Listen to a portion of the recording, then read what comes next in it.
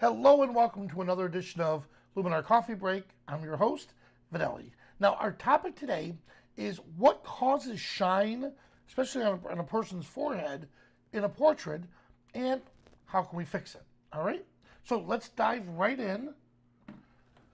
So here we have the beautiful Ashley, and the image itself came out really good. However, this was the original image, and this is what we're going to fix. Notice, look at the forehead a little bit closer. Here's before, and here's after. All right. So what caused that? You would think by a person having light on a subject that would actually cause, if the light were too close to the subject, you would think that would cause a shine on the forehead. But especially if it's diffused light, it's really going to be a nice, soft, pleasing fall off and nice glow when the light is close to the subject. It's when it's a small light source further away from the subject, that's what's going to be causing the shine. So I'm going to back out of this a little bit, and we're going to start from scratch. All right.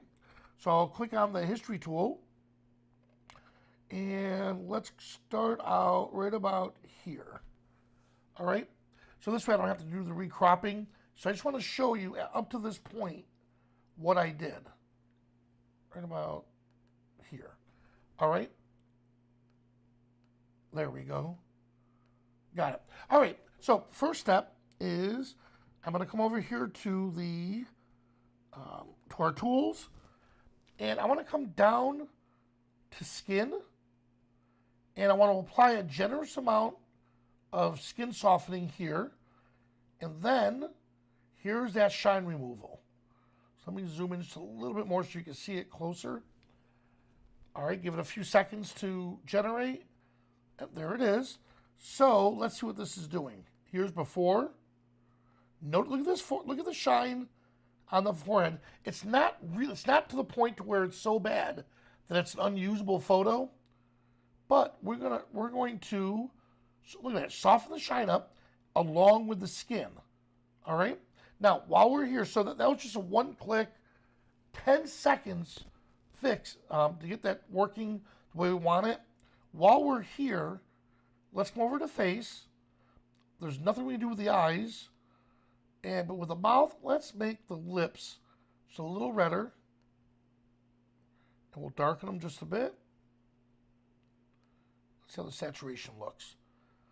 All right, so before, after, good. So now we have that part down. So what else can we do to fix this, to make the shine blend? We're going to come down here to super contrast. Now I'm going to go to an extreme so you can see this. Here, look at this. Do you see what I'm doing? So when you click on highlights, it's taking away the highlights from the area. And now we're going to balance it back.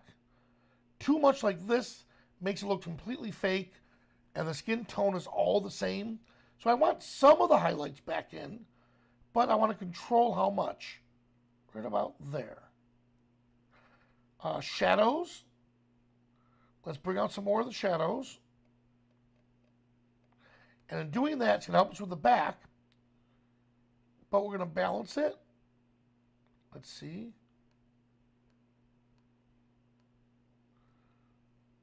And right about here. Good. And midtones, I think they're good where they're at, but let's just see if it's going to make any changes. Okay, yeah. Look what the midtones are doing.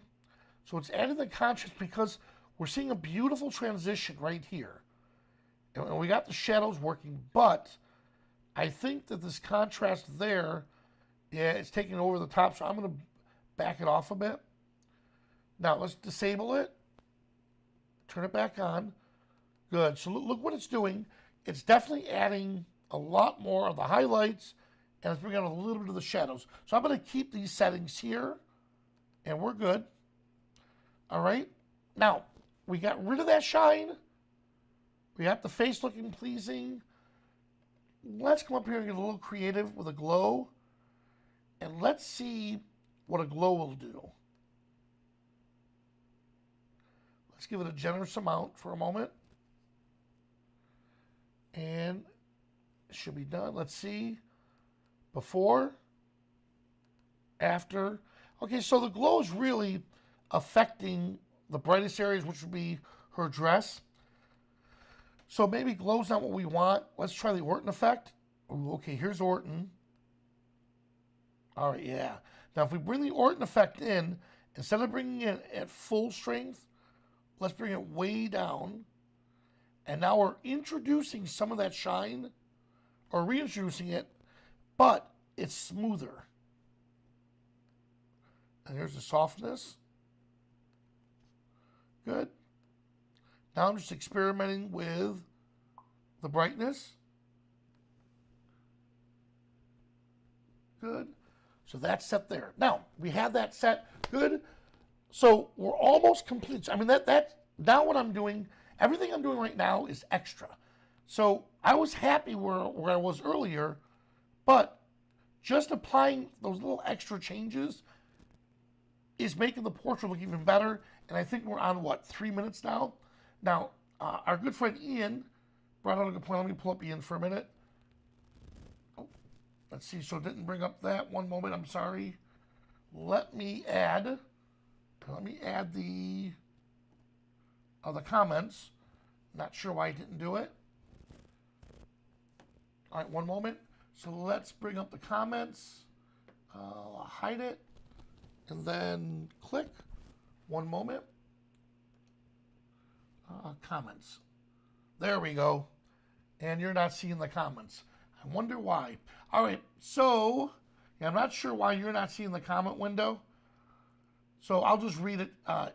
Ian says, can we add local sharpening even after the shine removal? For example, the eyes, lips, etc. Great thinking. Yes, we can. Okay. So he's asking, once we did that shine removal, does it matter what order we go in? And the answer is no. We can still come back in and add a little sharpening, let's say with details. So you can bring that details back in right here. Good. Let's go to 100%. There we are. All right, and let's see what this is causing here. Give it a little second. Here we go. Without the little sharpening and with the sharpening. Good. So we have it in. Now, so yes, we can add it after the fact. Now, one thing I do want, I noticed the comments. I apologize, everyone. The comments are not refreshing. One thing I do want to do is come over to the local mask, and I want to add a basic. Now I'm going to make a global change, meaning everything here is going to be affected, and then I just want to bring detail back in that shower or that flower. So let's up the shadow. Good. And I don't want to have to do this, but let's increase the exposure just a little bit. All right, right about there. Now, look at the backdrop. Now we can start seeing the backdrop. So all I want to do is isolate just that flower. So I'll click on the mask brush, lower the brush just a little bit, and then let's paint that in. So what you see in red is the mask. There we have it. Good. I think that looks better.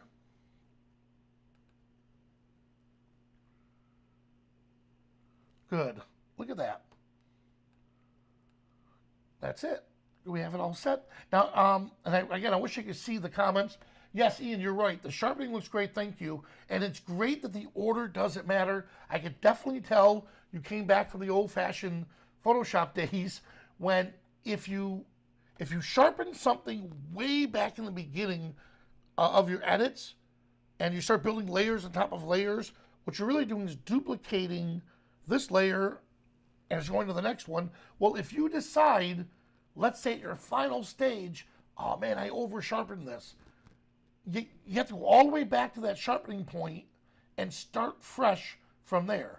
Here, what's really cool is if you don't like, let's say for whatever reason, that right there, we'll come back to that.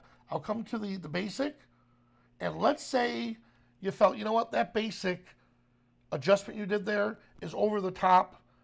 That looks a little bit better, but could you lighten up or give less of it, less attention to it?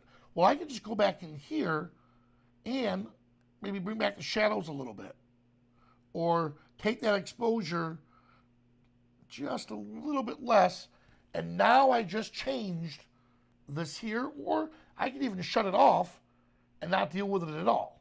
So again, it's really cool that the order doesn't matter with the way you're doing your processing. So we have all this set, and while I'm at it, let me check out color for a moment. Let's see if the color cast will help out. Just a little, not too much, because we're on a black background. I like this, and I'm going to dial it back a little bit and bring out the vibrancy. There we go. And there we have it. So we went from this, and then just with a little tweaking, we ended up with this. All right, and that's again how we remove that shine. So, and again, it sounds funny that you would think if the light were closer to the subject that it would cause like an unflattering shine, but in reality, diffused light, and what I mean by that is, imagine like on the, I'm pointing to the light as if you could see it. I'm sorry. So imagine you have a cloth over your light, a diffuser, and that what that's going to do is it spreads the light across your face, and because the light is close, it means the fall off is going to be a little bit greater. It'll be soft, even light. But if I take that light way back, and if you notice on my forehead right here, look at that little shine I have. If I brought that light closer, that shine would expand and just feather across my forehead. So that light source is just a little far away. I could probably bring it in and make that right there look better. Or I know what you're thinking. Yes, if I grew hair, I wouldn't have to worry about the shine right there. But so that's what causes the shine. And of course, oily skin and sweating causes reflection or shine. So it's important. So it is important to take, let's say, either some of the special tissues and stuff, and just pat the person down if you're starting to notice that they're sweating quite a bit, or if it's their skin's not even, you could touch it up with a little bit of makeup, and now it's nice and even. So when the light hits it, it spreads across it. All right. So again, our goal was to talk about shine, what causes it, how to remove it, and then how to use Luminar to give it that little extra punch to soften that shine and make it look pleasing. All right? Well, guys, thank you so much for joining us. If you have any questions, please leave them in the comments below. And if you have suggestions for future shows, make sure you let us know. Now, also this week, all of you should have received the update to Luminar AI Update 4. So Luminar AI Update 4, check it out. Just go right to your, let me pull it up real quick.